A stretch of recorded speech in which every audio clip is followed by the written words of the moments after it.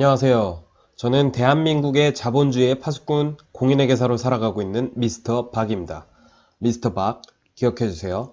자, 오늘은 회계법인 감사본부에 입사를 한 1년차 회계사 뉴스텝의 입장에서 필드에서 주로 하는 것은 무엇일까? 라는 생각에 도움이 될 수 있을 영상을 준비했습니다.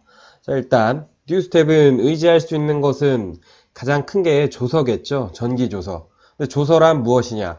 회계사가 수행한 감사 절차와 발견한 내용과 결론에 대해서 기록한 문서인데 다른 회계사가 보아도 이해할 수 있을 정도로 기재해 놓은 문서예요. 그리고 후에 감리에 걸렸을 때 우리는 이러한 감사 절차를 수행하였다 라고 말할 수 있는 증거 자료로 쓰일 수도 있죠. 그래서 감사 조서는 그만큼 중요합니다. 그런데 이 감사 조서가 잘 안 써져 있다, 친절하지 않다, 그럼 당황스럽겠죠. 대체 무엇을 해야 될지도 모르겠고 선배 회계사든 회사 사람이든 창피한 마음에 질문도 잘 못하겠고 엑셀도 어렵고 총체적 난국입니다. 그래서 오늘은 제가 1년차 회계사분들이 대부분 맡게 되시는 계정 자금이랑 고정자산이랑 인건비 세 가지에 대해서 있을 만한 이슈나 수행해야 될 감사 절차에 대해서 간단히 한번 설명해 드릴게요. 그럼 시작하겠습니다. 첫 번째, 자금. 자금은 일단 요즘 회사들이 모두 현금을 시제액으로 들고 있는 경우가 거의 없기 때문에 장부에 회사가 계산하고 있는 금액이 실제로 존재하는가, 즉 실제성을 확인하는 게 중요한데요. 그래서 이제 우리가 금기관 조회서를 발송하고 또 회수를 통해서 확인할 수 있는 거고요. 또 그럼 조회서를 통해서 우리가 무엇을 확인할 수 있냐? 사용 제한 내역이 있다면 그것도 확인할 수 있을 거예요. 그리고 최근에 개정된 IFRS 1109호와 관련해서 계정 분류의 적정성을 검토할 수도 있을 거예요. 개정되면서 그가 이제 현금 및 현금성 자산이나 단기 손익인식 금융자산으로 분류해 오던 MMT나 MMF 같은 애들이 기준서 검토 통해서 이제 단기 손익 공정가치 측정 금융자산이나 삼각후 원가 측정 금융자산으로 구분이 되기 때문에 기준서 공부가 충분히 필요성이 지금 요즘 느껴지고 있거든요. 뉴스텝 분들도 꼭 공부하셔야 됩니다. IFRS 9호. 그리고 또 기존에 매도 가능 금융자산으로 분류되던 투자자산도 얘네들도 기타 포괄 손익 공정가치 측정 금융자산이나 단기 손익 공정가치 측정 금융자산으로 구분될 수 있기 때문에 역시 공부는 좀 필수적이라 봅니다. 하세요, 공부. 그리고 조회서에 대해서 마저 이야기를 더 해보자면 발송 리스트에서 빠진 금융기관이 있을 수도 있기 때문에 은행연합회에서 제공한 자료가 있어요. 월보. 이 월보를 통해서 완전성 검토하는 것도 또 필수적일 겁니다. 이제 조회서 잘 보내고 잘 회수하고 계정 분류 잘 하면 끝이냐? 그건 아니죠. 그 외에 또 이자 수익과 관련해서 미수 수익이 잘 계상되어 있는지 재계산 검증도 하고 외화 환산 손익 재계산 검증도 하고 또 MMT나 MMF, MMW 이런 상품에 대해서 운용평가 내역서상 분류의 적정성 검토도 하고 공정가치 평가도 제대로 이루어졌는지 적정성 검토를 하시면 될 겁니다. 이슈 또한 제가 언급한 평가, 계정 분류, 실제성 여부 말고는 자금에서 크게 없을 것 같아요. 그리고 이 정도가 자금 쪽에서 다 검토될 수 있지 않을까 싶어요. 그럼 두 번째 이야기하겠습니다. 두 번째, 고정자산. 고정자산은 제가 다른 영상에서 언급했던 것처럼 유형자산과 무형자산입니다. 유무형자산은 절차가 거의 비슷할 거예요. 우선 왁구부터 맞춰야겠죠. 왁구가 뭐냐? 쉽게 말해서 단기에 발생한 변동 내역을 취득, 처분, 손상인식, 계정대체 등으로 틀에 맞춰서 기초에서 기말로 가는 금액이 어떻게 변했는지를 만든 거라고 보시면 됩니다.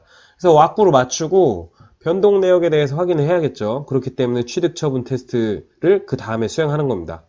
취득 처분 테스트는 샘플링을 통해서 확인할 자산을 선택하고 취득한 자산 중에 일부를 증빙 검토를 하는 건데 이거를 수행하기 전에 중요한 게 있어요. 반드시 취득 자산 리스트 총액이랑 왁구의 취득 금액이랑 일치하는지, 처분 자산 리스트 총액이랑 왁구에서의 처분 금액이 일치하는지 모집단의 완전성 검증을 먼저 해야 돼요.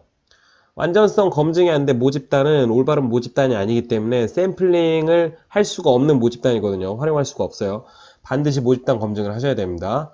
그리고 검증이 끝나 이 모집단에서 샘플링 하고 증빙을 확인하시면 되고, 또 뭐 이 자산이 실제로 존재하는지 확인은 대법원 사이트에 들어가면 등기부등본을 뗄 수 있어요. 그래서 등기부등본 떼서 토지랑 건물에 대한 실제성을 확인하시면 됩니다. 그리고 등기부등본을 떼면 거기에 은행에 얼마를 빌려서 얼마를 담보로 제공했는지도 나오는데, 어쩌다 가끔 등본상 내용이랑 조회서상 내용이 다른 경우가 있어요.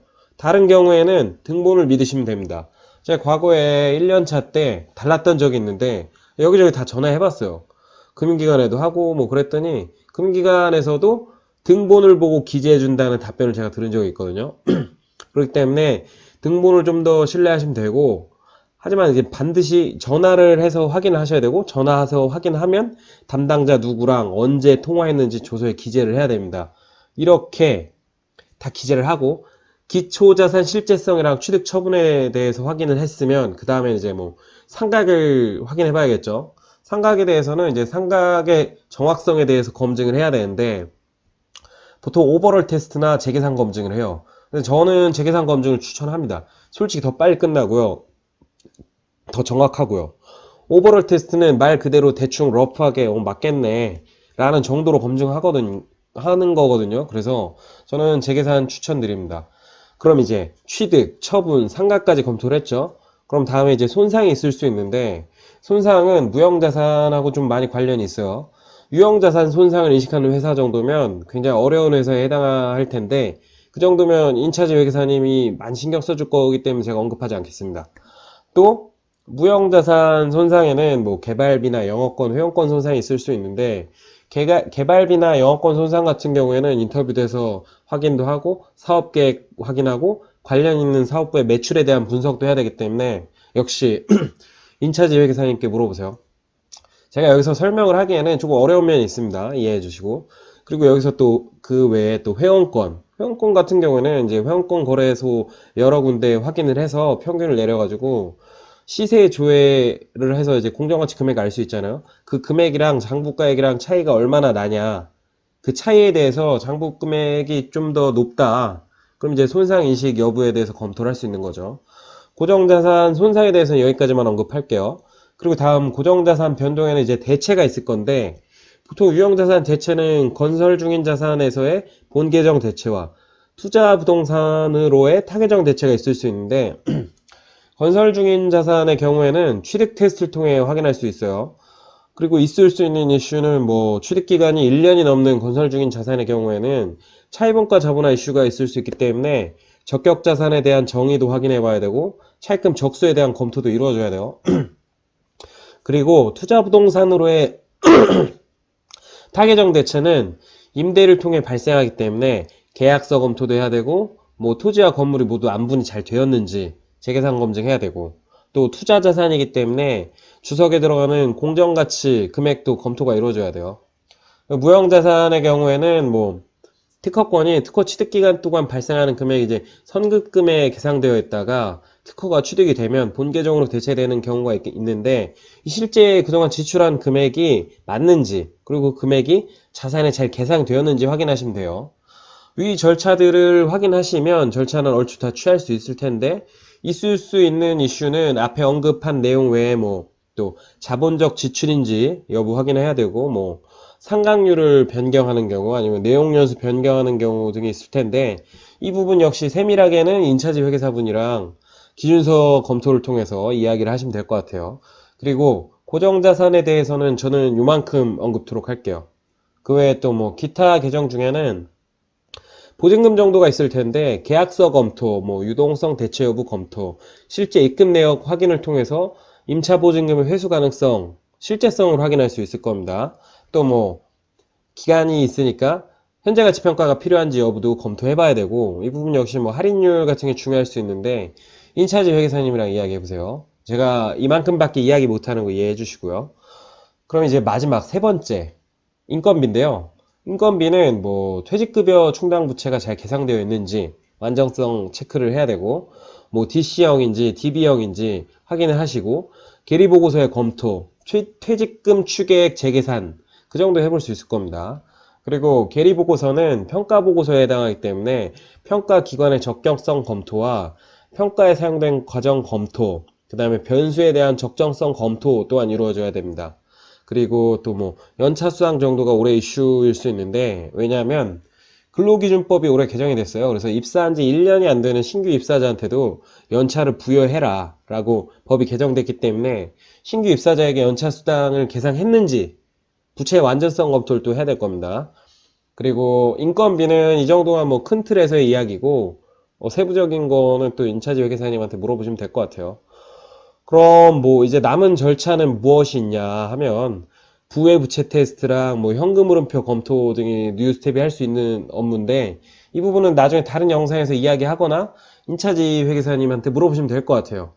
이 정도가 방송을 통해 제가 해드릴 수 있을 설명 같은데, 마지막으로 두 가지만 선배 회계사로서 조언을 드려보고 영상을 마치도록 하겠습니다. 첫 번째, 전기조서를 너무 답습만 하지 말아라. 어차피 전기조서 만든 사람 또한 작년에 뉴스텝일 겁니다. 퀄리티가 그닥 좋지 않을 거예요. 보고 별로면 바꾸세요. 양식이고 틀이고 모두 다. 그리고 두 번째, 질문을 해라. 일하다가 분명히 느끼실 겁니다. 아, 이거 질문해도 되나? 아니면 말아야 되나? 아, 답답해. 이런 거면 그냥 질문하세요. 나중에 듀데이트가 임박해서 못했다면 모두가 더 화가 나고 인차지 폭발할 거예요. 그러니까 미리미리 물어보세요. 회계사들이 참 자기 일들만 하느라 바쁜데 그래도 물어보면 잘 알려줄 겁니다. 이 두 가지가 제가 드릴 수 있는 조언 같고요. 뉴스텝 여러분들 올해 기말감사 화이팅입니다.